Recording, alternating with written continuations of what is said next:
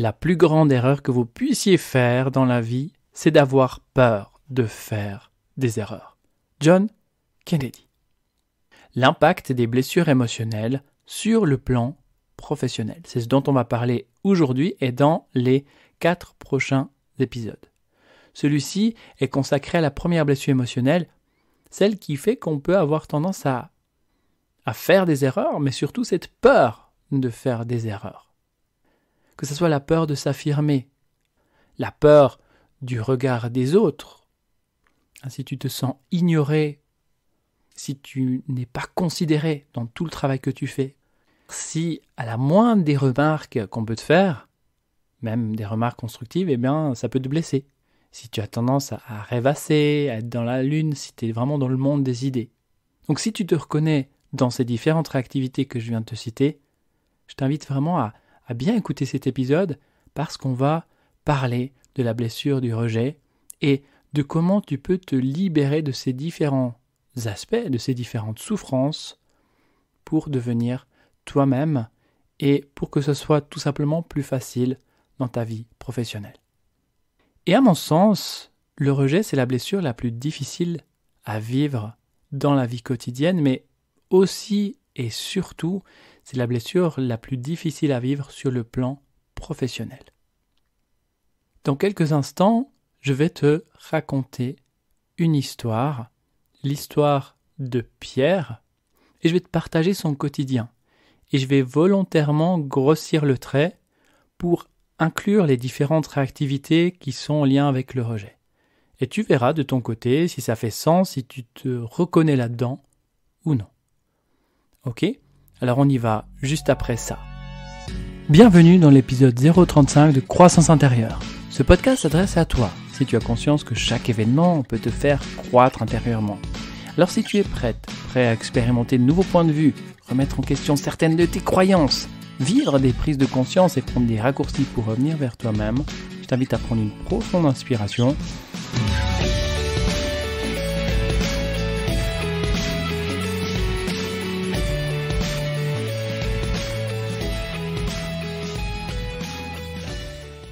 Pierre travaille dans une société informatique depuis plus de 20 ans. Pierre, c'est le gars qui arrive avant tout le monde le matin. Dès qu'on arrive au travail, Pierre, ça fait déjà 1 heure qu'il est là. Pourquoi il fait ça ? Parce qu'en fait, le soir, il dort pas bien.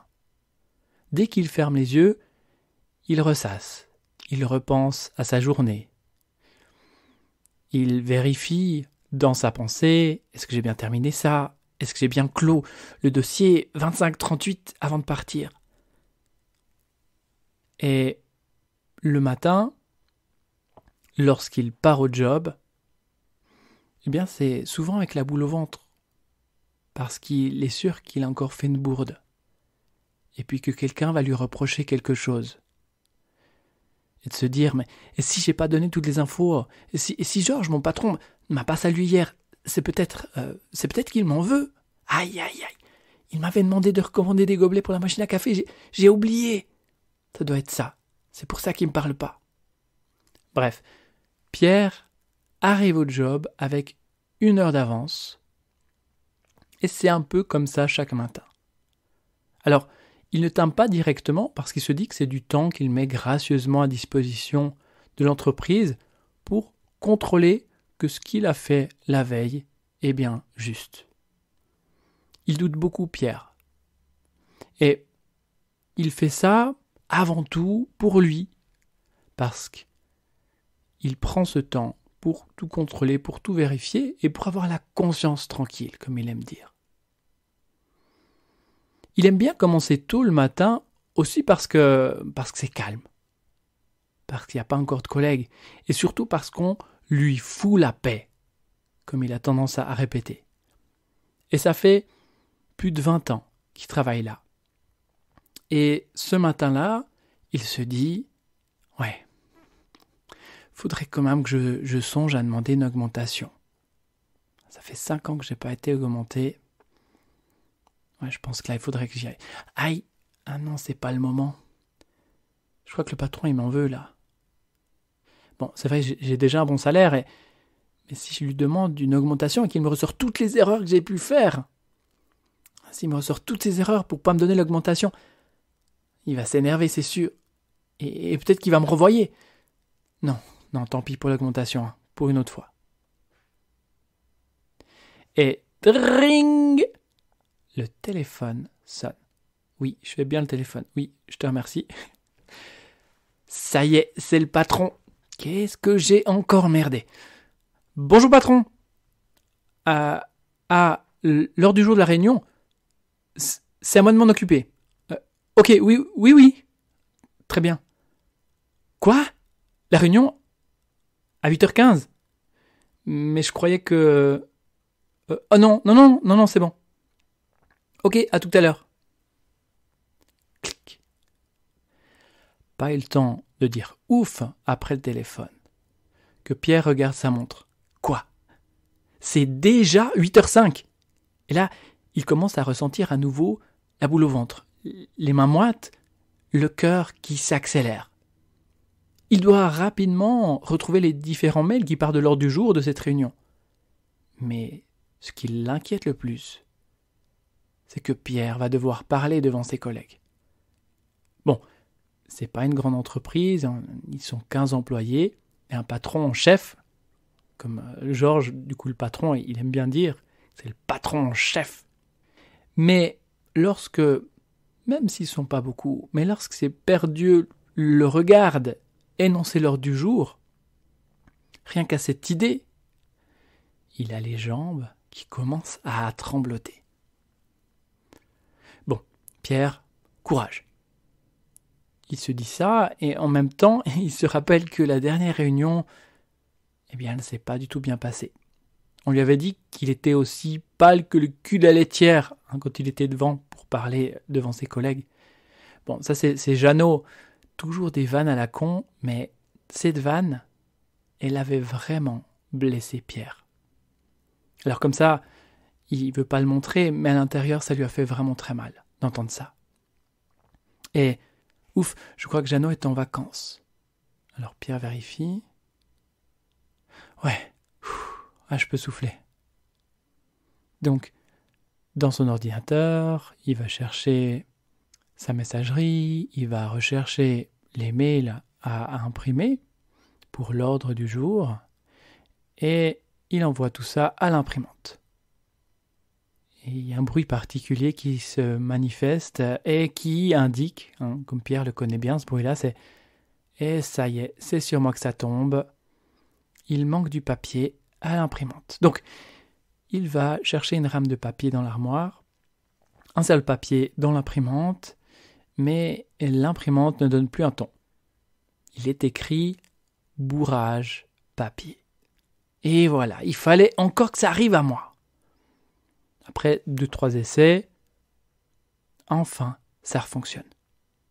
Pierre est tout à coup fier de lui. Ok, il a réussi à régler un problème.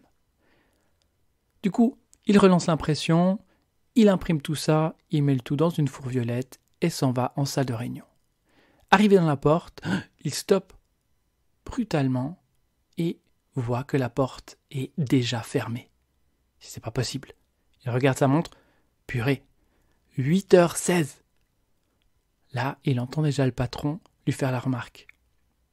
L'heure, c'est l'heure, monsieur Dumoulin. Elle hésite quelques instants devant la porte, souffle un coup et entre. Ça ne manque pas, tous les regards braqués sur lui. Sauf le patron. Il lui a pas fait de remarque. Le patron est en train de parler avec Justine, la petite nouvelle. Enfin, ça fait 3 ans qu'on l'appelle la petite nouvelle. Mais Pierre veut s'asseoir directement à côté du distributeur d'eau, sa place habituelle, mais la place est déjà prise. Donc ça, ça le rend un petit peu inconfortable. Ça lui noue la gorge, et puis très vite, il balaye du regard la salle pour trouver une place, voit une place à côté de la fenêtre, se dirige vers la fenêtre et s'assied. Et au moment où il allait sortir les feuilles imprimées de sa fourre, le patron s'adresse à Justine et la félicite pour l'idée qu'elle a trouvée pour optimiser le temps administratif de chaque employé.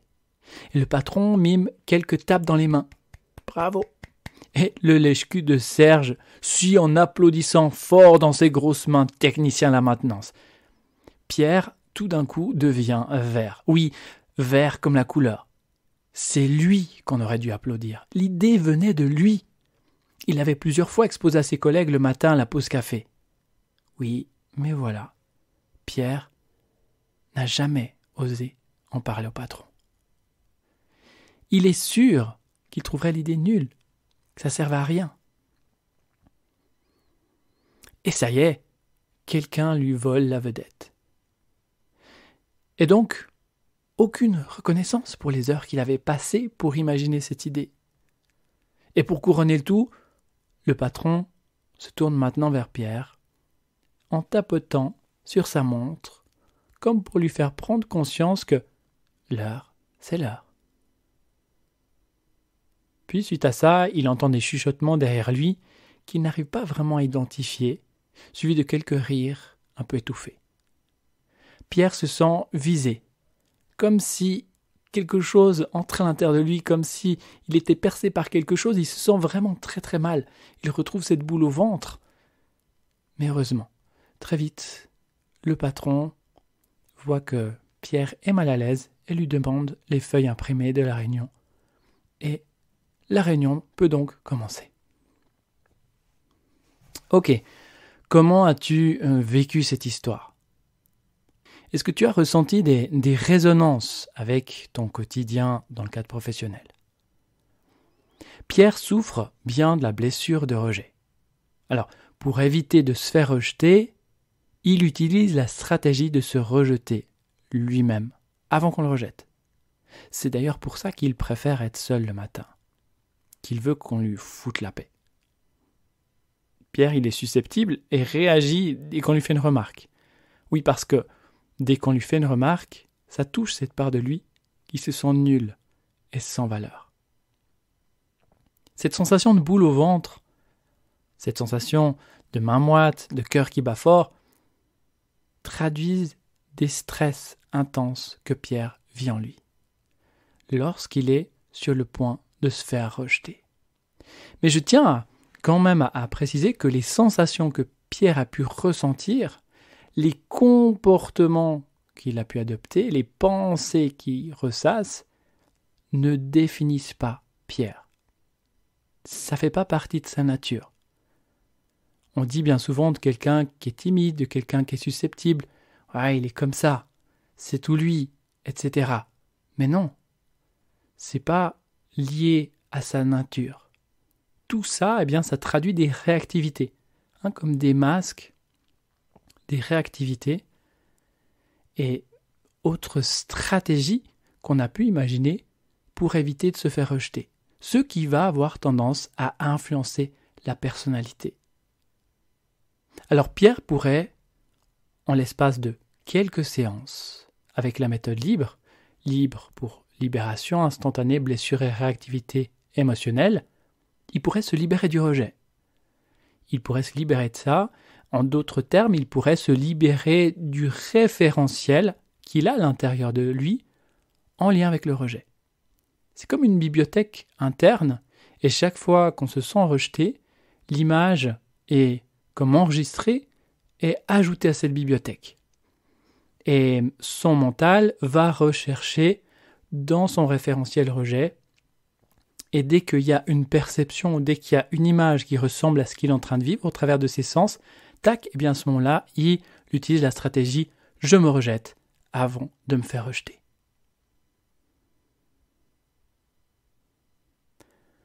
Le mental, en fait, il peut donner que des informations sur ce qu'il connaît.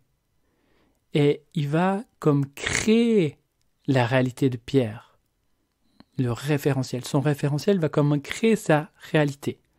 Puisque son référentiel va influencer ses croyances, on peut me rejeter, et donc va influencer sa réalité. En libérant le rejet, Pierre pourrait d'une part retrouver l'estime de lui.